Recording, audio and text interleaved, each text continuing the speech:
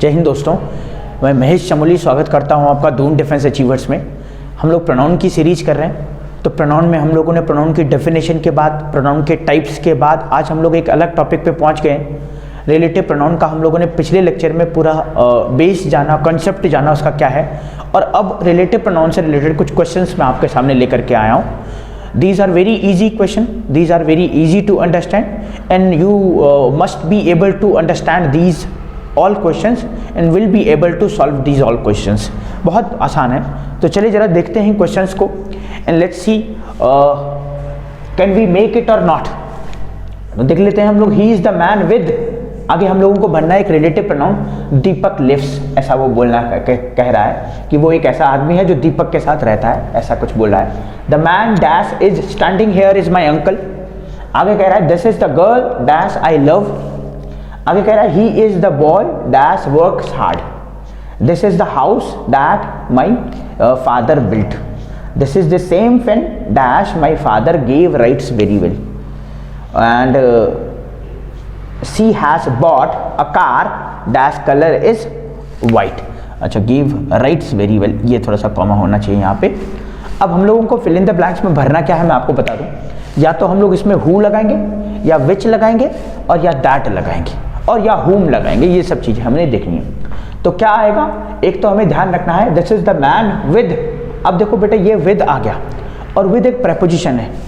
And after the preposition we know that whenever we see any preposition in a sentence, and after the preposition if noun or pronoun is coming, we always use or treat that noun or pronoun as an object of that preposition।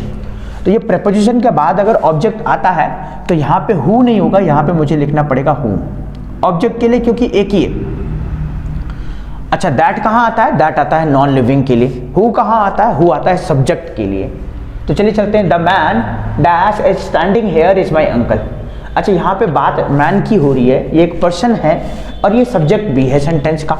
अगर sentence का subject है और person है तो ये who के लिए आता है। ये सेम कंडीशन हु के साथ वेरीफाई हो रही है। तो हम लोग क्या लिखेंगे, the man who is standing here is my uncle. Third question की तरफ आगे बढ़े। This is the girl. अच्छा, गर्ल भी एक पर्सन है और गर्ल एक पर्सन है। अगर मैन भी एक पर्सन था, हु लगाया था, तो यहाँ पे भी हम लोग हु लगा सकते हैं। लेकिन आपको देखना पड़ेगा this is the girl I love. अब ये गर्ल दो चीजें हैं, एक तो आई लव, एक तो ये आई की बात कर रहा है। कौन बोल रहा है? ये आई बोल रहा है। और अगर आई बोल रहा है ये बात तो ये सब्जेक्ट हुआ, और जिसके बारे में बोल रहा है इस गर्ल के बारे में ये ऑब्जेक्ट हुआ। तो ये सब्जेक्ट हुआ, ये ऑब्जेक्ट हुआ। और रिलेटिव प्रोनाउन हमेशा अपने से पहले वाले के लिए, अपने से बाद वाले के लिए नहीं, अपने से पहले वाले के लिए। तो ये तो ऑब्जेक्ट है। अच्छा, अगर इसके लिए आएगा तो हु होगा, इसके लिए आएगा तो मुझे लिखना पड़ेगा हुम। तो क्या लिखेंगे, दिस इज द गर्ल हुम आई लव। अच्छा, यहाँ पे भी हमने हुम लगाया था, लेकिन यहाँ का जो कॉन्सेप्ट था वो क्या था, प्रेपोजिशन के बाद आने वाला वर्ड हमेशा ऑब्जेक्ट होता है। तो वो तो ठीक है, लेकिन यहाँ पे हुम कहाँ आएगा, जब सब्जेक्ट की बात ना होकर के ऑब्जेक्ट की बात हो रही हो। आगे बात करते हैं। ही is the boy dash works hard. अब देखना, एक सब्जेक्ट ये रहा, एक ऑब्जेक्ट ये रहा, सेम यही कंडीशन। अच्छा, इसकी बात हो रही है या इसकी बात हो रही है? He is the boy works hard. अच्छा, ये वर्क हार्ड करता है या ये वर्क हार्ड करता है? अगर ये वर्क हार्ड करता है तो हु लगा देंगे, लेकिन ही इज द बॉय। अब देखना बेटा, ये बॉय कौन है? ये बॉय एक्चुअली अलग कोई नहीं है, ये वही है जो ये ही है।